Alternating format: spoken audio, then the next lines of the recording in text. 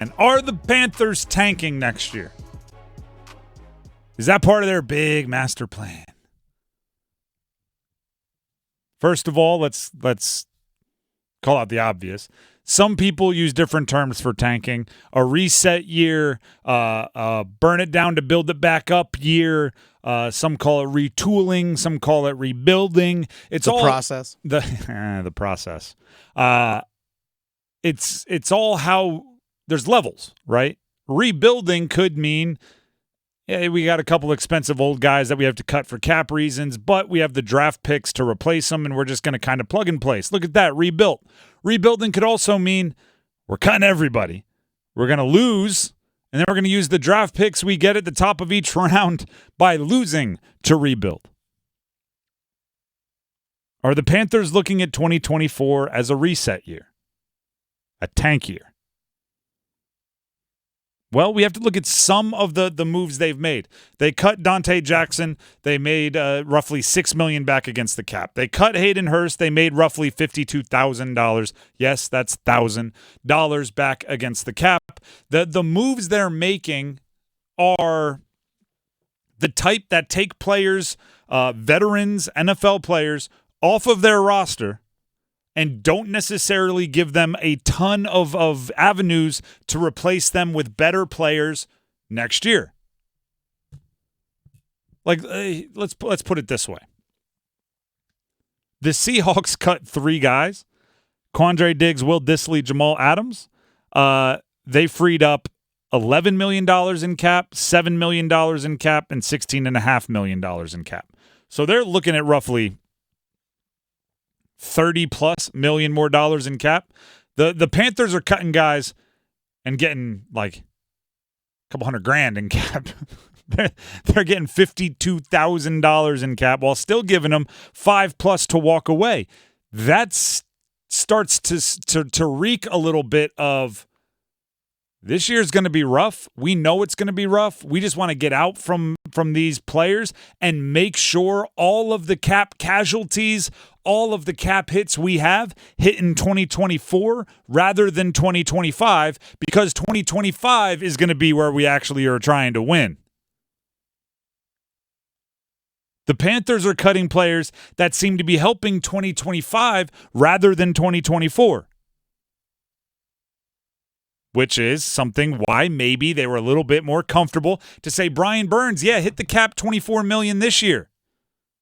Why they might be a little bit more comfortable to allow Derek Brown to play this year on the rest of his cap, knowing it'll be a big cap that they could get lower with a long-term deal. They're going, well, who cares what our cap is in 2024? We're going to stink anyway. Here's Adam Schefter on the Panthers being open to trading Brian Burns.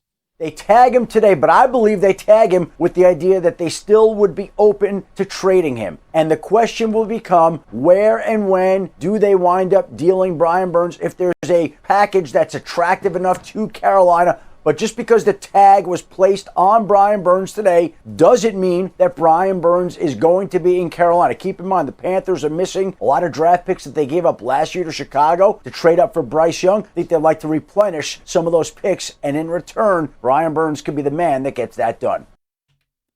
What would that be? Taking a really good player off your roster in 2024 and replacing them with, at best, rookies. Unknowns? at worst, picks for 2025 that you won't even have the ability to take this year. The defense was good last year, wasn't it? Solid. I don't think good. Not far from great, but good. I'm seeing so many people say they have top 5 defense from last year. No, they don't. What you have to do is you have to explain your criteria. What's your metric here? They had a top 4 defense in yards allowed. They had one of the bottom team stats in points allowed. Now, some of that's the offense. There's context to everything. I get it. Red zone touchdown percentage, one of the worst in the NFL. But you're not giving up yards because other teams don't need to get yards when they're leading by double figures in the second half. Mm-hmm. They're just being conservative. Neither here nor there.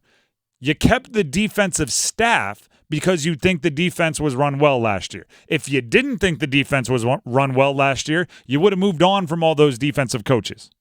So you thought the defense was solid. You kept the defensive coaching staff because you liked where they were going. You have not made the same commitment to defensive players. Frankie Louvu looking for a deal. Kamu Grugier-Hill looking for a deal. Dante Jackson told he's going to be released. Henderson still doesn't have a deal. The safeties still don't have a deal. Gross Matos still doesn't have a deal. Maybe I'm stretching. Marquise Haynes doesn't have a deal. We could go on and on. I think what they're doing, this is my answer to are they tanking this year? I think it's a half tank. It's like a half calf, right?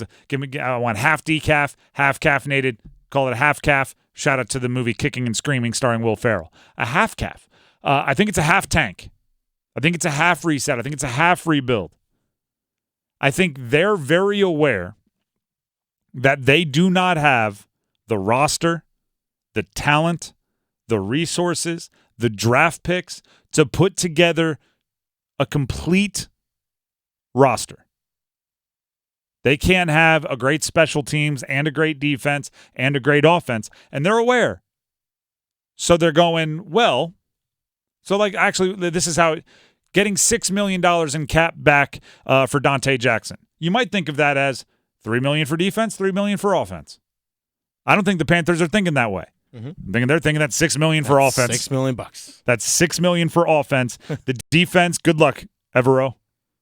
Can we sign a decent guard? I think it might end up being a half tank. They're going to spend whatever necessary to get the offense going. Why? Well, because Dave Canales is an offensive-minded head coach, and he wants to start his tenure as a head coach off on the right foot. Why? Because Bryce Young is the most important person in their franchise right now, and they just traded the world for him last year. They need to get him going in the right direction. Why? Because offense puts fans in seats. And if the defense suffers because you took all the resources off the defense and shuffled them over to the offensive side and you lose games, I'm going to quote Bob Ross on this one, say that's a happy accident. You get a higher draft pick next year, that's a happy accident. It's a half tank.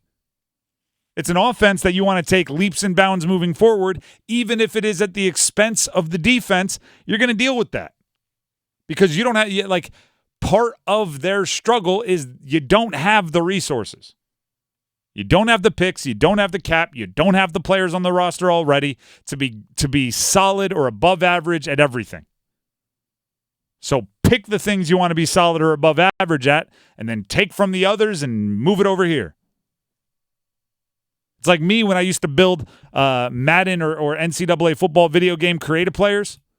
They give you like, I don't know, 100 points of skill points to go distribute. I'd build a quarterback with no throw power, no throw accuracy, no pocket awareness, and what would I do? 99 speed. What are we running? Triple option, right? If you can't be good at everything, be great at one thing, and then lean on that, and you'll deal with the rest later. Panthers are going, we don't have enough skill points to be good at defense, offense, special teams. All right, well, let's cut where we can on defense. Load up on offense, try to win shootouts. Speed option, baby.